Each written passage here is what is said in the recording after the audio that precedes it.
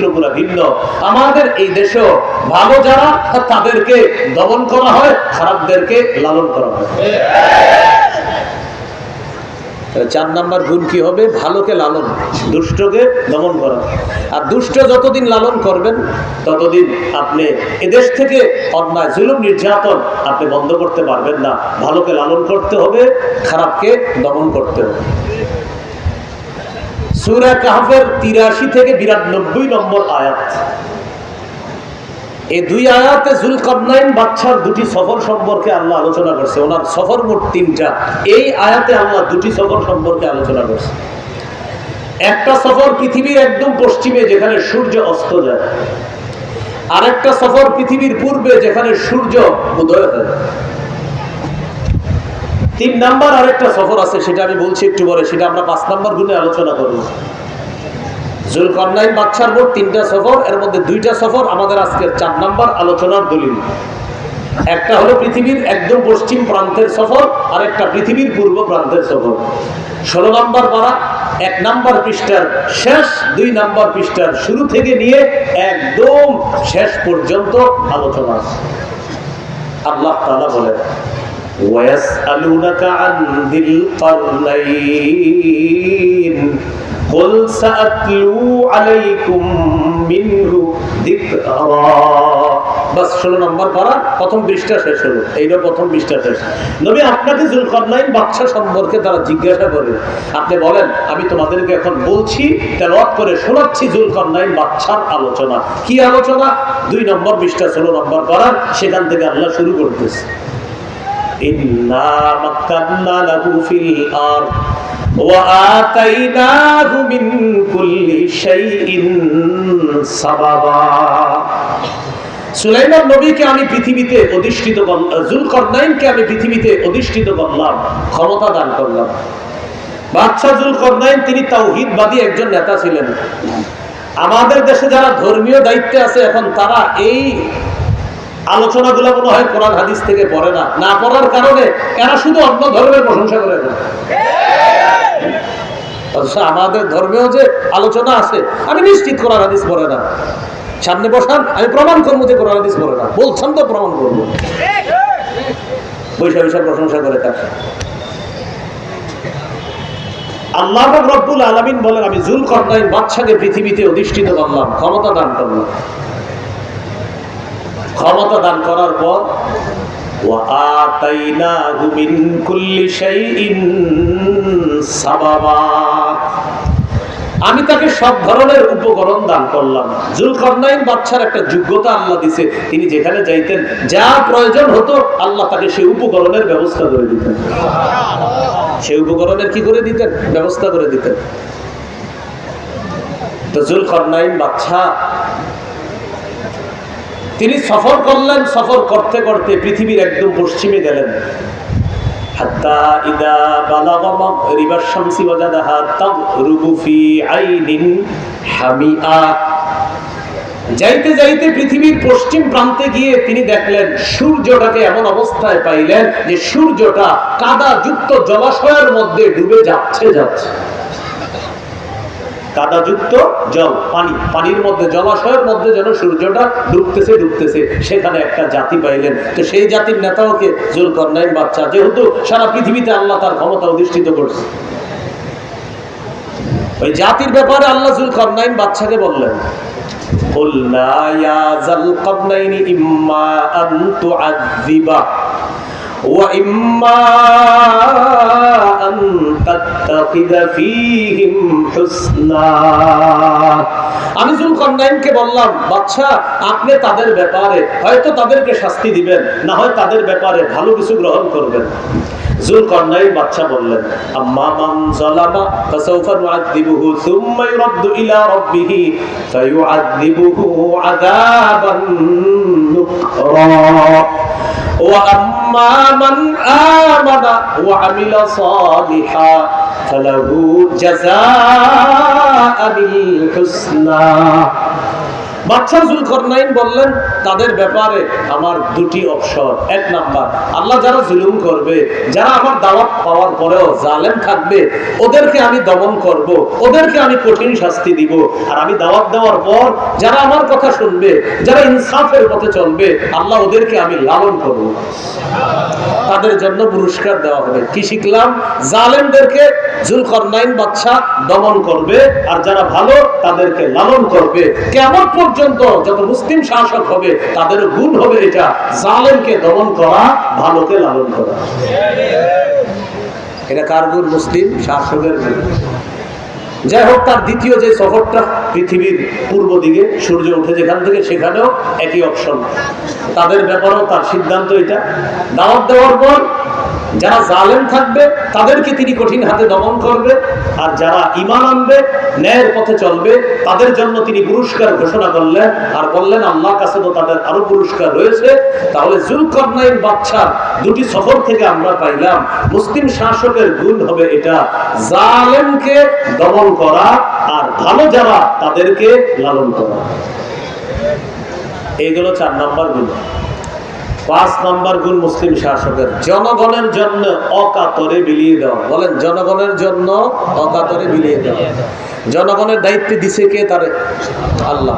এখন আল্লাহ দায়িত্ব দিছে, দায়িত্ব পালন করতে হবে। দায়িত্ব কি করতে হবে?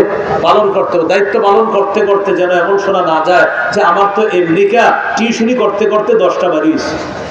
কথার কথা আর কি, যে আপনি টিউশনি করে 10টা বাড়ি করছেন আমেরিকাটা, কথার কথা। তো হয়তো মাশাআল্লাহ টিউশনিতে বরকত ছিল, এই জন্য হইতে পারে। টিউশনিতে এত বরকত হয়েছে যে আমেরিকা বাড়ি করে ফেলছে 10টা। এখন এরকম যদি বিষয়টা হয় তাহলে তো হলো না।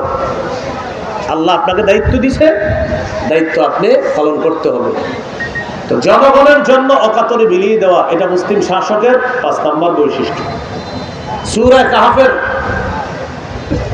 92 থেকে 97 নম্বর আয়াত পর্যন্ত যুলকারনাইন বাদশা 3 নম্বর সফর সম্পর্কে আল্লাহ আলোচনা করে, আর এটা থেকে আমরা আজকে দলিল নেব। যুলকারনাইন বাদশার 3 নম্বর সফরটা কোন দিকে হয়েছে এটা কোরআনে নাই। কোরআনে 3টা সফরের কথা আছে, 2 সফরের কথা কোন দিকে এটা আছে। একটা সফর পূর্বে আর একটা পশ্চিমে, এটা কোরআনে আছে। কিন্তু 3 নম্বর সফরের কথা আছে, কিন্তু কোন দিকে এটা কোরআনে নেই। মুফাসসিরিনে কেরাম গবেষণা করে বলেন 3 নম্বর সফরটা হয়েছে উত্তর দিকে। ভাই মনে থাকবে নি? বলেন তো কয়টা সফরের কথা কোরআনে আছে? 2টা কোন দিকে কোন দিকে? আর এই পূর্ব পশ্চিমের কথাও কোথায় আছে? কোরআনে। আরেকটা সফরের কথা আছে, কিন্তু কোন দিকে এটা কোথায় নাই? কোরআনে নাই। তবে মুফাসসিরিনে কেরাম গবেষণা করে বলছে এটা কোন দিকে? উত্তর দিকে, রাশিয়ার আশেপাশে। এটা মুফাসসিরিনে কেরামের গবেষণা।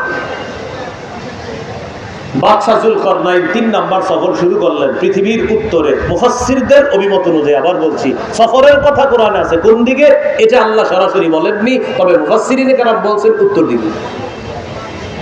হাত্তা ইদা বালাগা বাইনাস সাদ্দাইন, যাইতে যাইতে বাদশা যুলকারনাইন 2 পাহাড়ের মাঝখানে গিয়ে বসলেন। 2 পাহাড়ের মাঝখানে বিশাল ফাঁকা। সেখানে এক দল পাইলেন, লা ইয়াকাদুনা ইয়াফকাহুনা কাওলা, যে জাতি যুলকারনাইন বাদশার কথা বুঝে না, আর বাদশাও তাদের কথা বুঝে না। আমি আগেই বলছি, যুলকারনাইন বাদশার একটা যোগ্যতা ছিল, তার যা প্রয়োজন হতো আল্লাহ ব্যবস্থা করে দিতেন। আল্লাহ তাআলা তাকে একজন দুভাষী ব্যবস্থা করে দিতেন। ওই দুভাষীর মাধ্যমে যুলকারনাইন তাদের সাথে কথা বললেন। এবার তারা তাদের নেতা যুলকারনাইন বাদশাকে পাওয়ার পর তারা বললেন,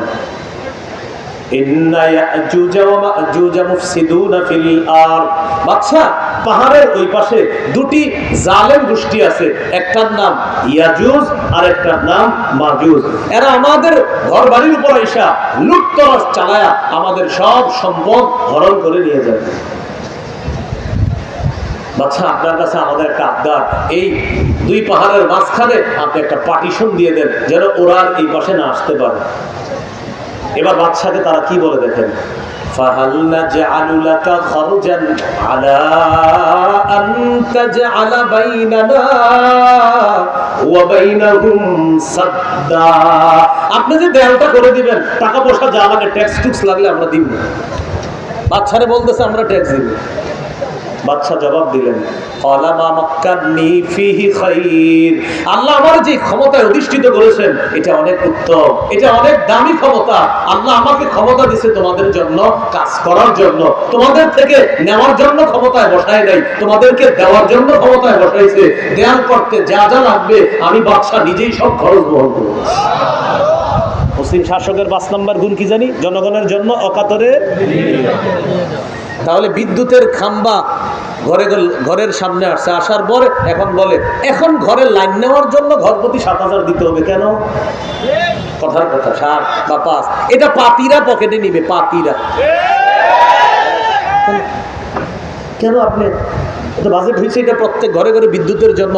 আপনি যখন যেই মাত্র কারেন্টটা আগামী সপ্তাহে চলে আসবে, ভাই প্রতি ঘর প্রতি কিন্তু এই টাকা দিতে হবে, না হয় ঘরে বিদ্যুৎ যাবে না। সবার ঘরে যায়, যে বেচারা দিতে পারে না তার ঘরে যায় না। মানে কোন নিয়মে যায় না সেটা। 5 নম্বর গুণ, জনগণের জন্য অকাতরে বিলিয়ে দেওয়া। আল্লাহর কাছে খুব বেশি দোয়া করেন, খুব বেশি দোয়া করেন। এই দেশে আল্লাহ যে কত নিয়ামত রাখছে, এই নিয়ামত গুলা যেন এটা ধরে রাখতে পারি আমরা, এজন্য দোয়া করেন। চুষে বুষে জুলকারনাইন বাদশার সামনে ওই ইয়াজুজ মাজুজের মতো একদম সব শেষ করে দিচ্ছে। দোয়া করেন। এই দেশে খনিজ যে সম্পদ আল্লাহ রাখছে, অন্যান্য দেশ এটা নিয়ে আপনার তারা আশ্চর্য হয়ে যায় দেশের নিয়ামতের কথা শুনে। না, আমরা তো কিছুই দেখি না। তো 5 নাম্বার, জনগণের জন্য অকাতরে বিলিয়ে দাও। এবার বাদশা তাদেরকে বললেন, তোমাদের একটু শক্তি খরচ হবে, পারবানি? কি করতে হবে? বাদশা বলেন, আইনুনি বিকুওয়া, তোমরা এক কাজ করো, তোমরা কি শক্তি দিয়ে আমারে সাহায্য করবা। লোহার পাত আছে, এই পাতের ব্যবস্থা আমি করতেছি, পাতগুলা একটু তোমরা বহন করে আইনা 2 পাহাড়ের মাঝখানে রাখতে পারবা কিনা। তারা কই, এটা কোনো ব্যাপার না, যে জাতি পাহাড় কাইটা ঘর বাড়ি বানাইতে পারে এদের কাছে লোহা এটা কাঁধে করে আনা কোনো ব্যাপার না।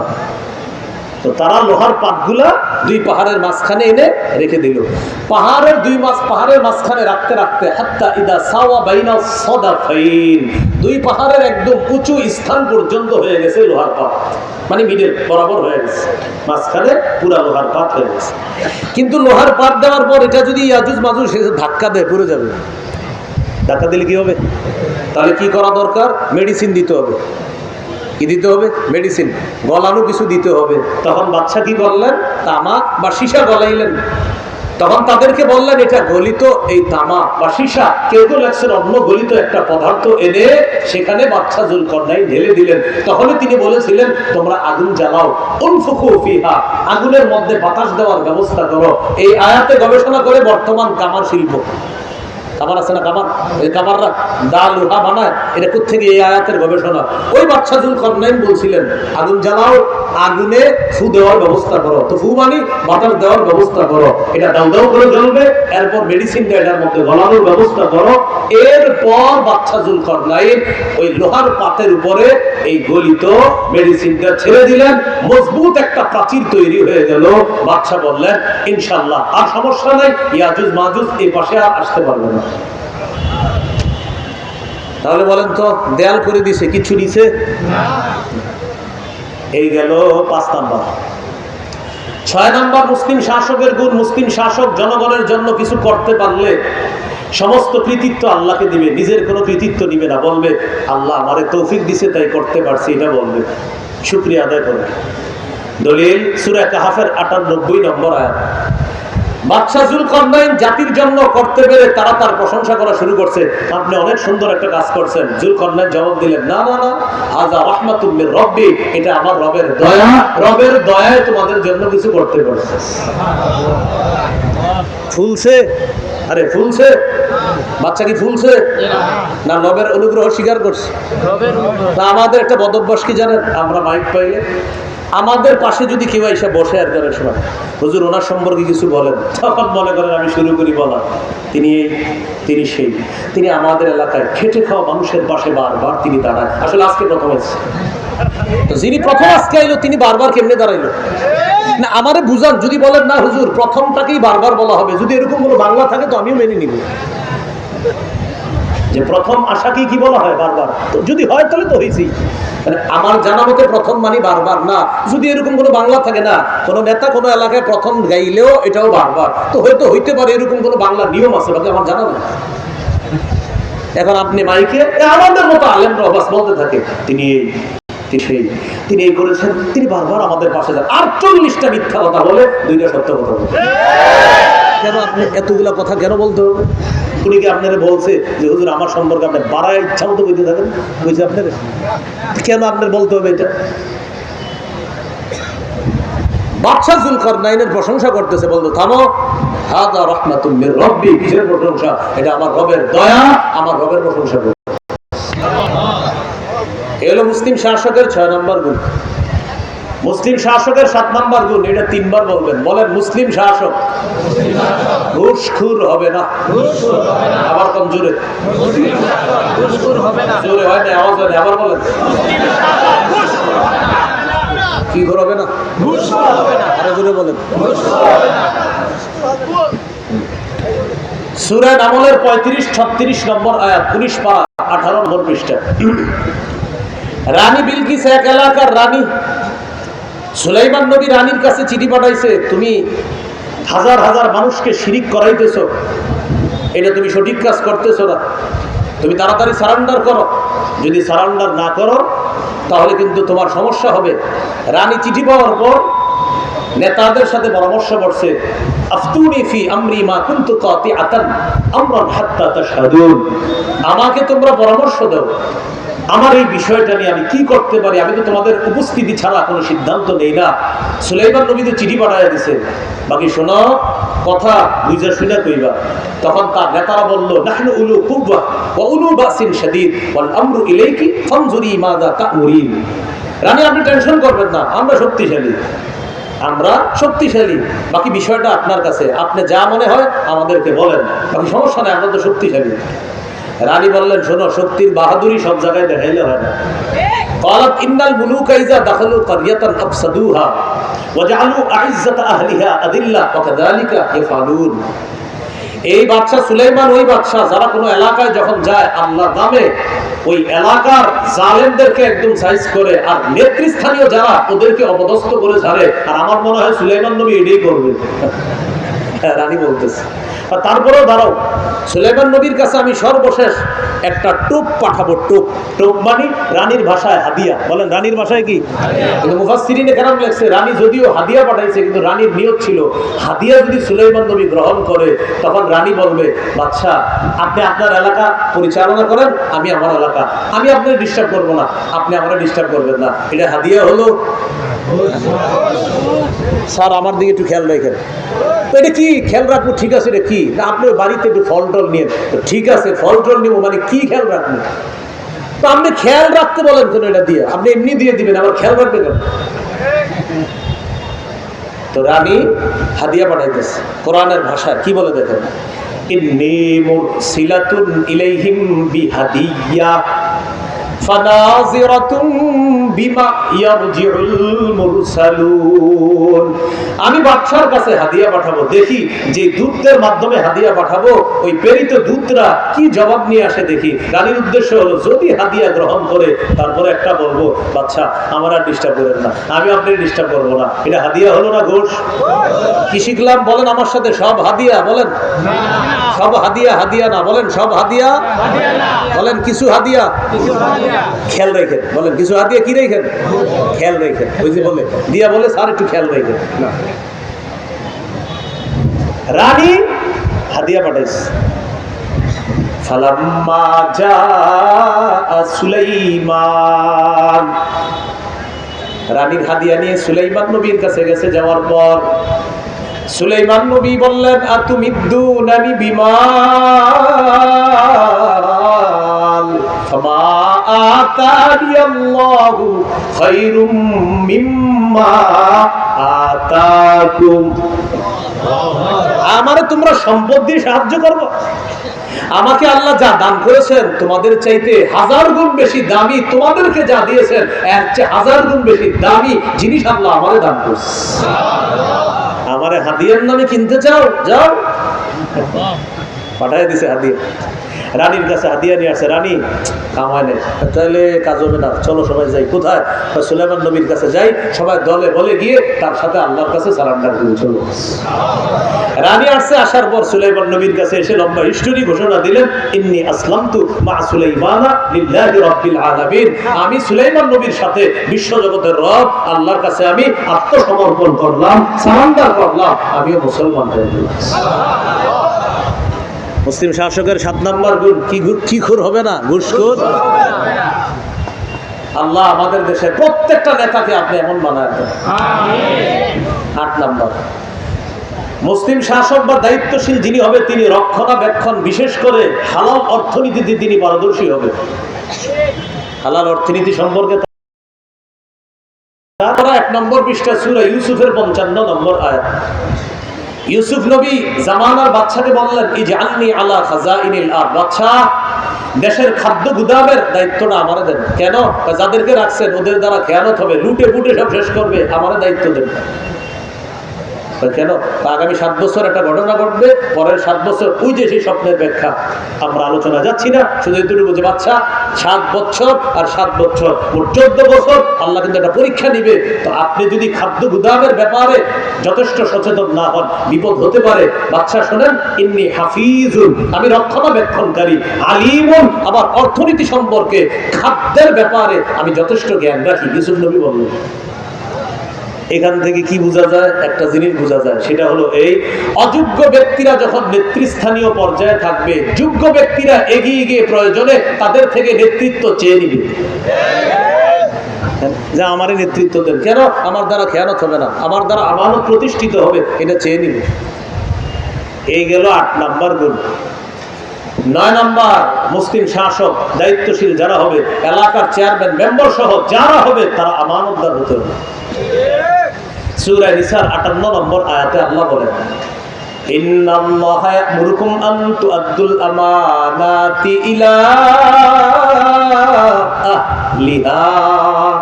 আল্লাহ তোমাদেরকে আদেশ করেন আমানত যথাযথ জায়গায় তোমরা যেন পৌঁছায় দাও। পরে দেখেন কি বলে, ওয়া ইযা হাকামতুম বাইনান নাসি আন তাহকুমু বিল আদল।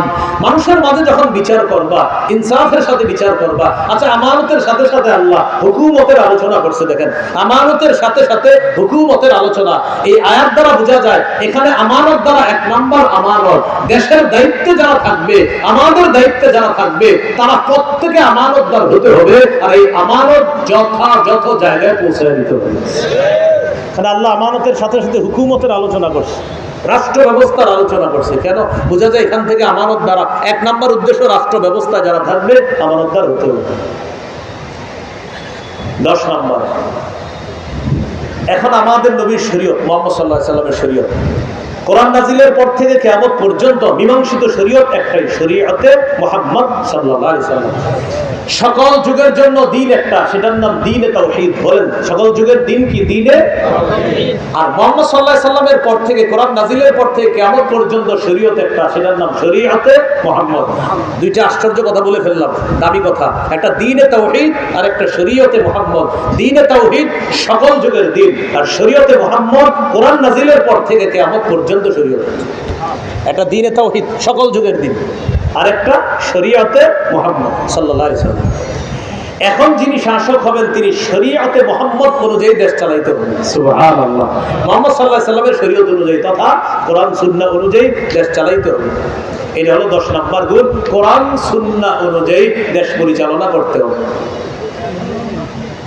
সূরা মাইদা 48 থেকে 50 নম্বর আয়াতে আল্লাহ বলেন, ওয়া আনিহকুম বাইনাহুম বিমা আনজালাল্লাহ। আল্লাহ যেইভাবে বিধান নাজিল করেছে, আল্লাহর বিধান অনুযায়ী মানুষের মাঝে ফয়সালা করেন, দেশ চালান আল্লাহর বিধান অনুযায়ী। এই আয়াতের শেষের দিকে আছে 50 নম্বর আয়াতে, আফা হুকমাল জাহিলিয়াতি ইয়াবগুন। তারা কি জাহিলি যুগের আইন চায়? ওমান আহসানু মিনাল্লাহি হুকমান লিকাওমি ইউকিনুন। অথচ আল্লাহর চেয়ে উত্তম আইন বিচারক আর কে হতে পারে? বলেন তো, সবচেয়ে শ্রেষ্ঠ বিচারক কে? আল্লাহ। কয়টা গুণের কথা বললাম? 10টা। কয় কাজ? 4টা। মাশাআল্লাহ। মুসলিম শাসকের কয় কাজ? কয় গুণ?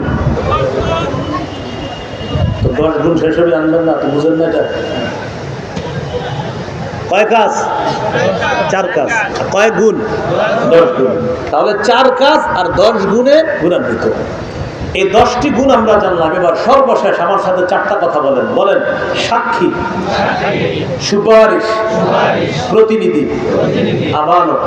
আবার সাক্ষী, সুপারিশ, প্রতিনিধি, আমানত। একদম ঠান্ডা মাথায় এখন যা বলবো একটু আমার সাথে বলেন, পরে আমি একা বলবো, বাকি একবার বলেন। বলেন, আমি কাউকে সমর্থন করা মানে তার পক্ষে সাক্ষী দেওয়া, তার পক্ষে সুপারিশ করা, তাকে জনগণের প্রতিনিধি নির্ধারণ করা, তার জন্য আমানত প্রয়োগ করা। তাহলে এবার শোনেন, মন দিয়ে শোনেন, ঠান্ডা মাথায় বলা লাগবে না।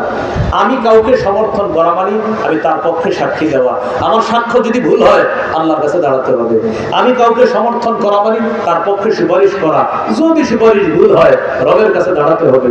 3 নাম্বার, খেটে খাওয়া মানুষের প্রতিনিধিত্বের অথরিটি প্রদান করা, মানে আমি খেটে খাওয়া মানুষের দায়িত্বে কাউকে বসালো, ভুল যদি হয় আল্লাহর কাছে দাঁড়াতে হবে। 4 নাম্বার, আমি কাউকে সমর্থন করা মানে আমার আমানত তার পক্ষে রাখা, আমানতের খেয়ানত যদি হয় তা আল্লাহর কাছে দাঁড়াতে হবে। এই জন্য আগামীতে 4টা কথা মাথায় রেখে হাত পা চালাবেন। 4 কথা মাথায় রেখে হাত পা চালাবেন। কয় কথা মাথায় রেখে? 4। আমি সাক্ষ্য দিব, আমি সুপারিশ করব, আমি প্রতিনিধি নির্ধারণ করব, আমি আমানত প্রয়োগ করব। আমার আমানত প্রয়োগে পা যেন সঠিক জায়গায় চলে, হাত যেন সঠিক জায়গায় চলে, অন্যথায় আল্লাহর সামনে আমাকে দাঁড়াতে হবে। আল্লাহ পাক রব্বুল আলামিন আমাদের সকলকে মুসলিম শাসকের যে 4 কাজ আর যে 10টি গুণের কথা বললাম, আমরা আল্লাহর কাছে দোয়া করব এই গুণে গুণান্বিত আর এই 4 কাজের যোগ্যতা রাখে চেয়ারম্যান মেম্বার থেকে নিয়ে দেশের দায়িত্বশীল যারা প্রধান থেকে নিয়ে সকলকে যেন আল্লাহ এই গুণে গুণান্বিত বানিয়ে দেয়, এবং নতুন করে যারা আসবে সবাইকে যেন আল্লাহ এই গুণে গুণান্বিত করার তৌফিক দান করেন। আর আমরা খুঁজে খুঁজে এই জাতীয় মানুষগুলাকে যেন আমরা আমাদের দায়িত্বশীল বানাতে পারি, আল্লাহ তৌফিক দান করেন। তাহলে শেষের যে 4টা কথা বলছি এটা খুবই খুবই গুরুত্বপূর্ণ। এখন আপনারা এক কাজ করবেন, সেটা হলো আমি